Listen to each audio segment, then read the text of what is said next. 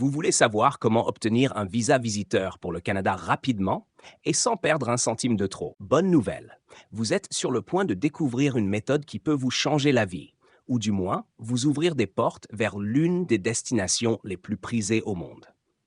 Dans cette vidéo, je vais vous dévoiler étape par étape comment faire la demande de ce fameux visa, les pièges à éviter et pourquoi vous ne devriez plus jamais faire confiance à ces agences qui vous font payer des sommes astronomiques pour un service que vous pouvez gérer vous-même en quelques clics. Restez bien jusqu'à la fin, car je vais vous surprendre avec quelques astuces que peu de gens connaissent et qui pourraient bien accélérer votre processus. Avant d'aller plus loin, abonnez-vous à cette chaîne pour ne manquer aucune de nos vidéos exclusives sur l'immigration, les voyages et les opportunités incroyables pour changer votre vie à l'étranger.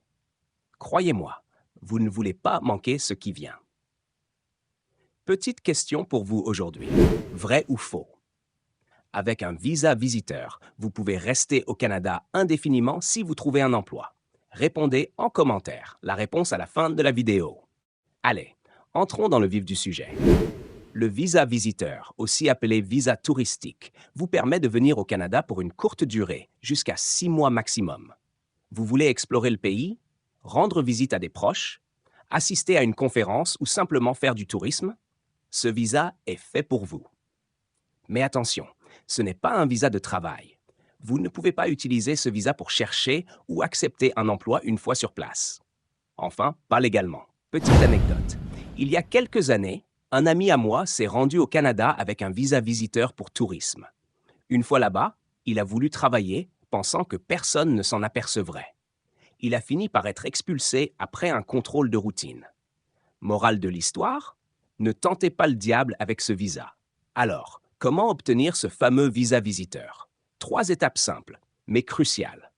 D'abord, rassemblez tous vos documents. Vous aurez besoin de votre passeport en cours de validité, bien sûr, mais aussi de preuves de votre itinéraire, billets d'avion, réservation d'hôtel, des preuves que vous avez assez d'argent pour financer votre séjour, relevé bancaire, et, si vous allez rendre visite à quelqu'un, une attestation d'hébergement signée par votre hôte au Canada. Ensuite vient la deuxième étape, la soumission de la demande en ligne.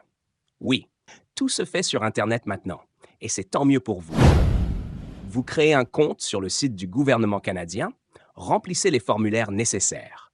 Ne vous inquiétez pas, je mets les liens dans la description, et téléchargez tous vos documents. Une fois que tout est soumis, vous paierez les frais de traitement directement en ligne. Là encore, tout est clair et bien expliqué sur leur site. Bon à savoir. Beaucoup de gens pensent que les frais de visa incluent tout le processus. Mais non, il y a aussi des frais pour la biométrie. Une fois que vous avez soumis votre demande, vous recevrez une convocation pour donner vos empreintes digitales dans un centre agréé près de chez vous. Enfin, la troisième étape, l'attente. Et oui, après avoir tout soumis et payé, il ne vous reste plus qu'à attendre la décision. Le gouvernement canadien vous enverra un email ou un message sur votre compte en ligne pour vous informer du résultat. Soyez patient. Cela peut prendre quelques semaines, voire quelques mois, selon la période. Vous vous demandez peut-être, mais est-ce que tout le monde peut obtenir ce visa? La réponse est non. Si vous avez des antécédents criminels, si vous avez dépassé la durée de séjour lors de vos précédentes visites, ou si vous ne pouvez pas prouver que vous avez suffisamment d'argent pour financer votre séjour, votre demande risque d'être refusée. Maintenant, parlons d'une erreur que beaucoup de gens commettent et qui pourrait leur coûter cher. Essayez de tricher sur les informations financières. J'ai un ami qui pensait pouvoir emprunter de l'argent pour montrer qu'il avait assez de fonds sur son compte, avant de tout rendre à ses amis une fois le visa obtenu. Devinez quoi? Le gouvernement canadien n'est pas dupe et il a été banni pour 5 ans. Soyez honnête, c'est le meilleur conseil que je puisse vous donner. Donc voilà, c'est tout pour aujourd'hui. 3 étapes simples mais cruciales. Rassemblez vos documents, soumettez votre demande en ligne, puis attendez patiemment. Et souvenez-vous, ne dépensez pas des milliers d'euros dans des agences qui prétendent pouvoir tout faire à votre place. Vous pouvez gérer tout ça vous-même et économiser une somme importante. Alors, êtes-vous prêt à faire le grand saut?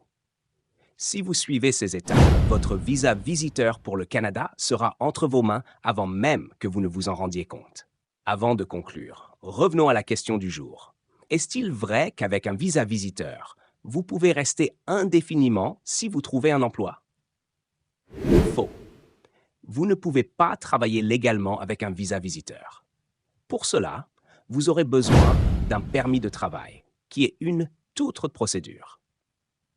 Merci d'avoir regardé jusqu'au bout. N'oubliez pas de liker cette vidéo si elle vous a été utile. Abonnez-vous pour ne rien manquer de nos prochaines vidéos. Et surtout, retrouvez tous les liens dont vous avez besoin dans la description ci-dessous. À très bientôt pour une nouvelle aventure sur Entreprendre et Voyager.